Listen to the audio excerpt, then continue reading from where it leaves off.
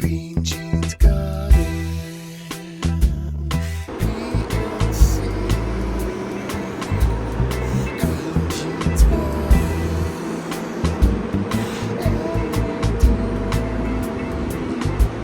Hey guys, what's up? Welcome back. Welcome back, week 7 in the garden. Week 7, day 46, 45. Don't quote me, day 45 or day 46.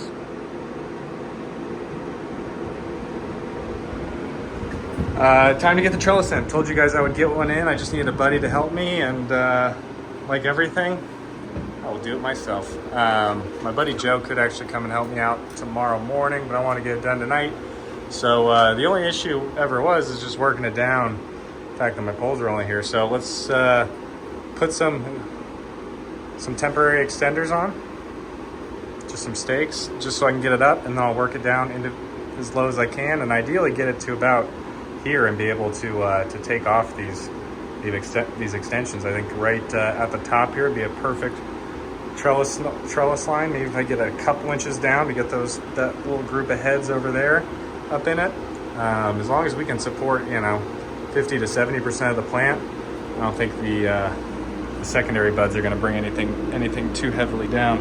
So let me get in here, drop the trellis net, and see how it looks.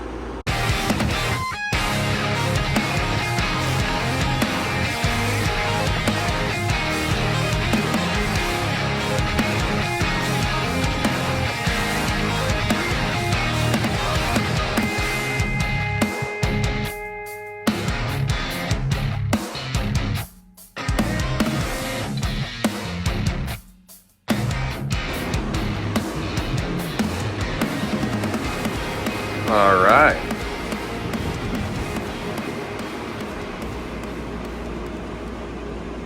Looking good. Looking very good, ladies and gentlemen.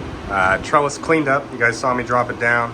I didn't film every second of my work that night, but got it all nice and cleaned up. Obviously, it doesn't cover every bit of the canopy. We got a lot of overhang on this side that gets past the 4x8, and quite a bit of chunks outside the quote-unquote 4-footer mark there. I am trying to kind of wrestle a few of them up in there, make sure they get secure for the weeks to come. But there will definitely be some sag on this side. We'll do what we can.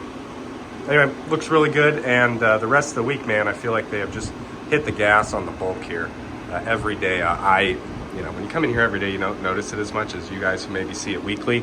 But I'm noticing bulking every day in the last few days here, basically this whole week. So excited, and I think I'm pretty accurate taking it to 63. I think that's definitely where they're going to be on this. The last 2 days, we'll talk about the feed, but everything is progressing just as it should. They are very green, they are very healthy, but they are about to flip the switch and go into senescence and really start to hopefully pump some color, but definitely hit a fade regardless. I can just see it. It is literally on the verge of happening, and when I'm in here with my sunglasses and they're polarized and kind of neutralize the light a little bit, you can see just ever so slightly. And if you go back on Instagram stories, anyway, they're fading. They're starting to, and they are about to hit it. But looking really, really good across the board. I will say, I said it last time, now that the trellis is up here, it gives you kind of a new reference of canopy, and this is what I'm talking about. This canopy bangs. With that said, come on, Gene. If you go back to the beginning, these plants were the best 6 of the 12. These were the slightly less best 6 of the 12. So maybe that's it. But in general, you can see a little bit more space, a little more dominant cola growth, big, bulky. And I will say, I think these are going to finish out to be absolute chunkers, because those two are by far biggest looking in the garden. But everything here is so uniform, and I think I mentioned it last time. Just got that velvet on it, that beautiful, beautiful frost.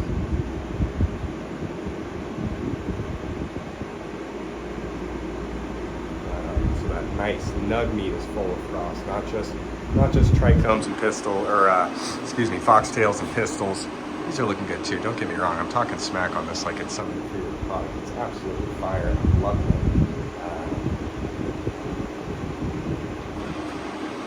Anyway, just splitting hairs here. It's what I do. Been running LEDs for so long. It's kind of what I do.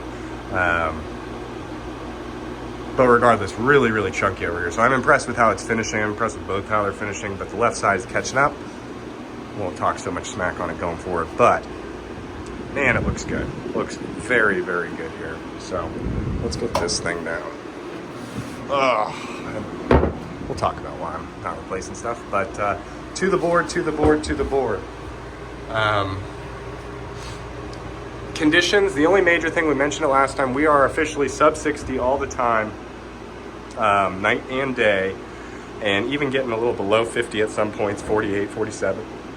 So liking where I'm at on the humidity, we're gonna run that out to finish. It's kind of a double-edged sword because we want colder temps and the ambient temps aren't allowing that. And plus with the dehu now, temps are elevated. So we're not getting the quite finishing temps we're gonna want. So they're up there, we're at 85, 86. You know, maybe allegedly 89 at the top canopy sometimes. So it's hot in here for sure, but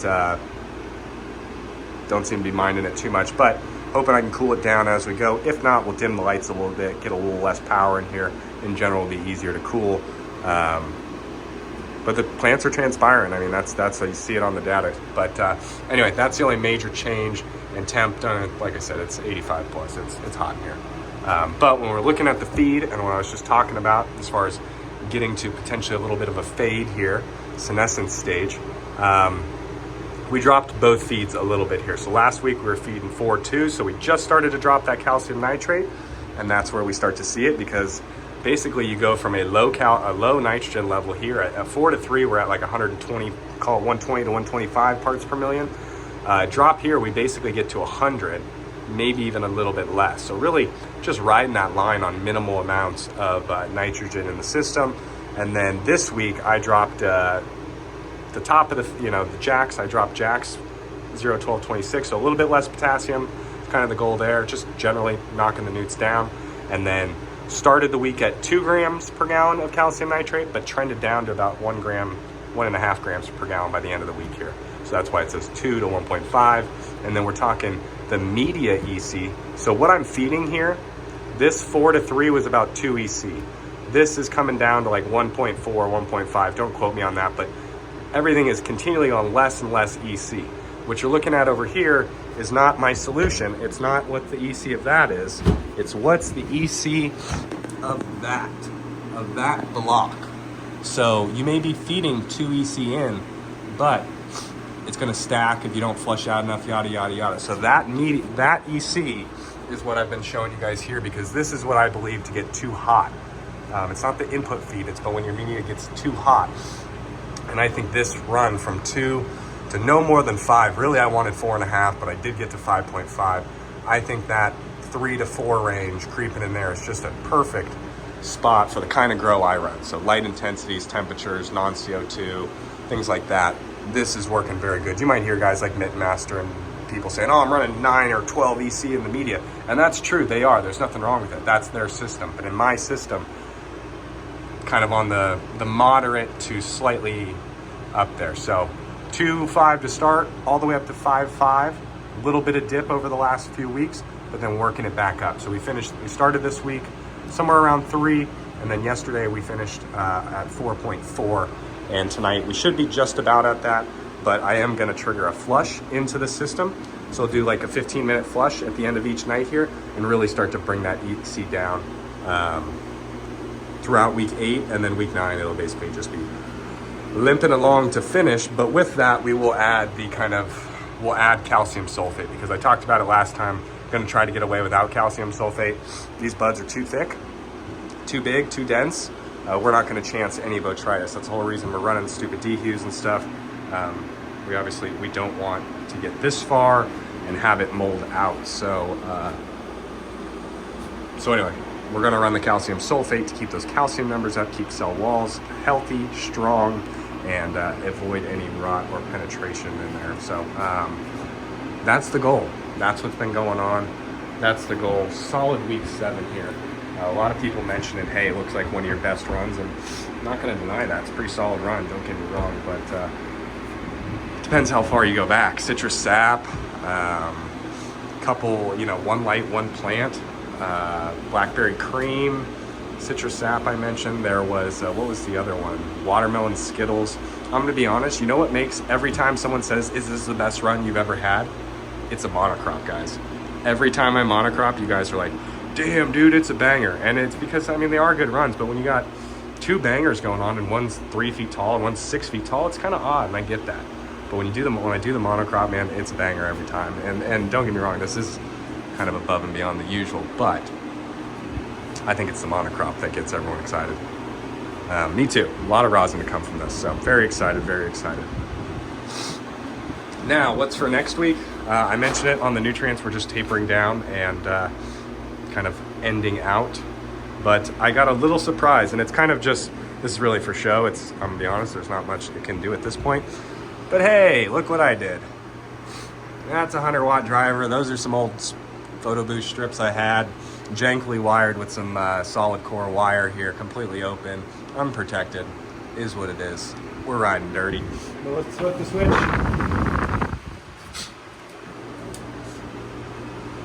Some quote-unquote under canopy lighting. I guess this is what the cool kids do these days. But no, seriously, this is one of the hottest topics of kind of the current social media cannabis growing right now.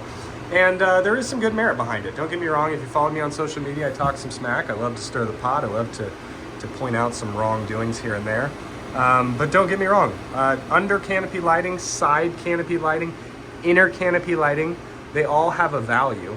They all have their pros and cons. But long story short, it's more energy and light into the space. You put more energy and light into the space, you're gonna get more yield. And the kind of the key for side lighting, under canopy lighting, any lighting that's not here up top, is it's gonna be more beneficial than dumping more up top, because you get to a point of diminishing returns up top. Imagine a hole, and when you're on low, all your water goes through that hole. But once you pump it up, a lot of the water doesn't make it through, it just sprays out. That's what you get to when you get to a saturation, light saturation levels up top. So what do? You have to get around the saturation levels. Add light where it's not saturated. Well, that's the side, that's the inner, that's the under. And so that's the value of these auxiliary lighting systems, is to get light elsewhere that's not in the saturated zone. And if we're talking about kind of these two planes of light, you know, here, let's trim this. That's what underlighting's given. So all those leaves that are illuminated from the underside there, that light wouldn't be there elsewise. And so for all these buds down here that are decent little, you know, whatever, thumbs, they'll end up in a rosin bag, they'll do whatever. This stuff has the potential to basically get out of shade avoidance, get into some, you know, dominant growth characteristic here, just like the top buds do. Now, like I said, I'm doing this kind of for show. We're not on week 7, we're on week 8. This is the end of week 7. I just put these in here 10 minutes ago. Came in here, wasn't even gonna film the last bit of this update, was gonna complain and put it out Sunday, but we'll get this out tomorrow. I was like, sure, we'll throw it in there. It's kind of like the stage of, to me, under canopy lighting is good if you're here doing it the whole time. You wanna do it so these buds get used to light down here. They basically flip over because plants they absorb light through the top, not the bottom. They can a little bit, but it goes to the top. So a lot of these leaves down here, over the next couple days, are gonna trip out and go, oh shit, there's better light down here, I'm gonna flip over. And they'll do that. And so what I'm saying is it's better to do it at the beginning, let the plants adapt to that and go.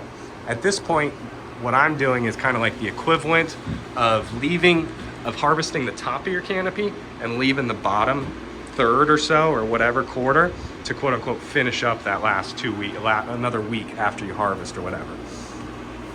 This is kind of adding what that light they would get from all this shit being gone, kind of adding it at the last bit. So it's not going to be a full, like, not going to have donkey dicks like this hanging from the bottom of the stalk here, because we didn't set it up to be like that.